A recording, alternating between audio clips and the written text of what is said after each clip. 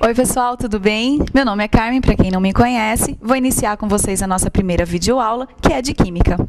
E vamos começar com a aula do primeiro colegial. Bem pessoal, essa aula é do primeiro colegial, é uma revisão de ligações químicas, geometria, polaridade e forças intermoleculares.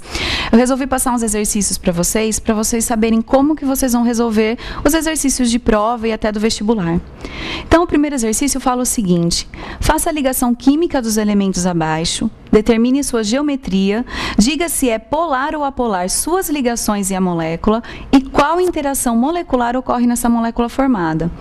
O primeiro tópico do exercício é para a gente resolver e fazer a ligação entre o carbono e o oxigênio. Foi dado aqui a localização deles na tabela periódica. Lembrando que a localização determina, em alguns elementos, quantos elétrons eles têm na última camada. Então, nesse caso, o carbono está localizado na família 4A, então quer dizer que ele tem 4 elétrons na última camada. E que o oxigênio está localizado na família 6A e que ele tem 6 elétrons na última camada. Para determinar o tipo de ligação que vai ocorrer entre esses dois elementos, a gente vai ter que analisar a quantidade de elétrons que eles têm. O carbono tendo 4 e o oxigênio tendo 6, quer dizer que o número de elétrons é muito próximo, ou seja, sendo muito próximo, a ligação que ocorre entre eles é a covalente. Então, primeiro passo, temos que montar a estrutura de Lewis. A estrutura de Lewis demonstra todos os pares de elétrons e os elétrons desemparelhados que vai fazer a ligação. No caso do carbono, ele tem 4 elétrons desemparelhados, ou seja, pronto para fazer a ligação química. Se ele está na 4A, ele obedece à regra do octeto, que diz que 8 elétrons na última camada dá a estabilidade que o átomo precisa. Então, o que vai acontecer? O carbono já tem 4, então ele precisa de mais 4 para completar a sua estabilidade. No caso do oxigênio, ele tem 6. Para ele adquirir essa estabilidade, ter esses 8 elétrons na última camada, ele vai ter que ganhar ou compartilhar mais 2. Nesse caso, ele compartilha. Então, olha o tipo de ligação. Carbono, os 4 elétrons deles desemparelhados, prontos para fazer a ligação. O oxigênio com os seus 6 elétrons e 2 desemparelhados, que são os que vão realizar a ligação química aqui. Então, desse lado, o carbono faz uma ligação simples aqui, uma outra ligação simples aqui, que no total dá uma dupla ligação. Desse outro lado, ocorre o mesmo procedimento, esse carbono se ligando duplamente a esse oxigênio, formando essa molécula aqui, o carbono fazendo 2 duplas com os oxigênios. O segundo passo é analisar a eletronegatividade dos elementos. Para quê? Para a gente determinar a polaridade deles. No caso, o que a gente vai fazer? Entre carbono e oxigênio, o elemento mais eletronegativo é o oxigênio. Lembrando a fila de eletronegatividade, você vê que o oxigênio é o segundo elemento mais eletronegativo que temos. Então, o que vai acontecer? Entre carbono e oxigênio, o oxigênio fica um pouco mais próximo da ligação. Então, essa ligação aqui vai ficar um pouco mais próxima do oxigênio. O mesmo caso acontece desse lado, nas duas ligações. Como o oxigênio é mais eletronegativo que o carbono, o oxigênio fica com o par de elétrons, fica com a ligação mais próxima dele. Então, olha o que vai acontecer. A gente cria uma força chamada dipolo, que vai puxar dos dois lados, puxando para o oxigênio, essas ligações. Certo?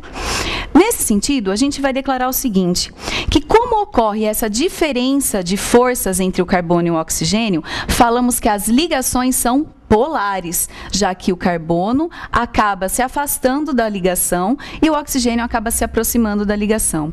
Então, a gente cria o que a gente chama de força positiva aqui e uma força negativa aqui para o oxigênio, certo?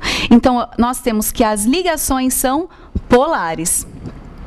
Analisando a molécula, a gente viu as ligações sendo polares, a gente vai analisar o todo dela, se ela continua sendo polar ou apolar. Sendo essa a nossa molécula, o que a gente vai analisar agora? As ligações são polares. Então, a gente vai analisar se a molécula toda é polar ou apolar. Para isso, a gente vai determinar para onde essas setas estão sendo apontadas. Olhando aqui, nós vemos que eu tenho 2 setas apontadas para esse oxigênio e 2 setas apontadas para esse outro oxigênio. Criamos uma força contrária num elemento central, que seria o carbono. Então, o que vai acontecer? Como a força é igual dos dois lados, ninguém fica com as ligações mais próximas. Então, o que vai acontecer? nós criamos uma molécula apolar, onde a mesma força que puxa para esse lado, puxa para esse. Então, esta molécula é uma molécula com ligações polares, mas a molécula em si toda é apolar. A geometria dela, se a gente analisar, ela forma uma linha, devidamente por causa dessas forças aqui. Se essas forças, cada uma puxa para um lado, o que vai acontecer? Ela cria essa linha. Então, quando essa linha ocorre, nós chamamos essa geometria de linear. Então, forma uma linha, geometria linear. Identificando agora as forças que ocorrem entre as moléculas, a gente vai analisar o seguinte. Quando as moléculas já estão formadas, ocorre uma interação aqui entre as moléculas. Essa interação não é uma perda, não é um ganho de elétrons, nem é uma ligação química. É uma força que ocorre entre as moléculas para mantê-las unidas. Então, o que acontece? Sendo essas duas moléculas apolares, a força que ocorre entre elas é chamado de polo induzido de polo induzido. Por quê? As duas moléculas são apolares, mas com a proximidade delas, elas adquirem uma força que uma molécula acaba sendo induzida a adquirir uma carga e a outra é induzida a adquirir uma carga contrária que a primeira tinha. Então, o que a gente fala? Que forças entre moléculas, a força intermolecular que ocorre entre o CO2, as moléculas de CO2, são chamadas de dipolo induzido, dipolo induzido. O segundo exercício nosso, ele trata da molécula formada entre hidrogênio e oxigênio. O hidrogênio ele está localizado na família 1A e o oxigênio na 6A. Lembrando que nesse caso a gente poderia falar assim, olha, ela faz uma ligação iônica, mas o hidrogênio nunca perde totalmente o seu elétron. Então o que vai acontecer? O hidrogênio faz uma ligação covalente com todas as substâncias.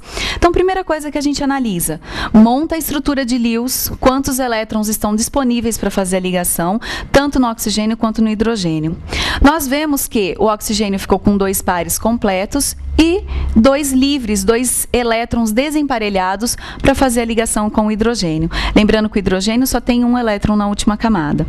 Fazendo essa ligação, a gente vai determinar agora a geometria dessa molécula. A geometria ela vai ser determinada por 2 fatores. Primeiro, esse par de elétrons e esse outro par de elétrons aqui, eles vão determinar o quê? Que a molécula afaste o máximo possível desse par a ligação. Então, o que vai acontecer? Esse par e esse vão afastar essas 2 ligações aqui. Só que, com o afastamento, esse par empurrando para cá e esse par empurrando para cá, esses 2, ao se aproximarem, eles também se repelem, já que é uma ligação constante, uma ligação estável. O que vai acontecer? O par de elétrons empurra a ligação para baixo, mas a ligação em si também se repele. Então, vai acontecer o seguinte, empurrando, o par de elétrons empurrando a ligação e esses elementos se repelindo, vai acontecer uma geometria que a gente chama de angular, tá? Então, a geometria da água, essa molécula da água, ela é angular, forma um ângulo entre as duas. O que a gente vai analisar agora é a polaridade. Muito bem, lembrando novamente da polaridade, entre oxigênio e hidrogênio, o oxigênio é mais eletronegativo. Então, ele puxa essa ligação para mais próxima dele, com esse hidrogênio e também com esse hidrogênio, criando uma carga estável, né? Uma carga instantânea negativa no oxigênio e uma carga instantânea positiva no hidrogênio. Quando isso acontece, a gente fala que as moléculas, que esta molécula em especial, essa ligação é polar.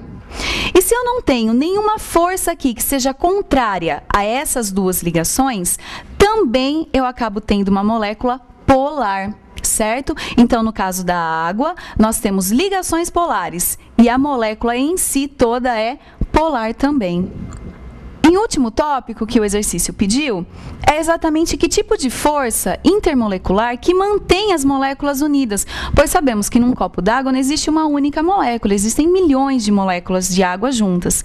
A força que interage aqui é um segundo tipo de força que temos, chamado pontes de hidrogênio. Quando que ocorre pontes de hidrogênio? Quando o hidrogênio está ligado com flúor, com oxigênio e com nitrogênio. Neste caso, olha aqui, a molécula de água formada, os polos determinados e a ligação entre hidrogênio e oxigênio. Então, essas forças aqui são chamadas de forças intermoleculares de pontes de hidrogênio. Bem, pessoal, essa foi a nossa primeira aula. Espero que seja de bastante utilidade para vocês. Estudem e qualquer dúvida pode levar para a escola. Muito obrigada!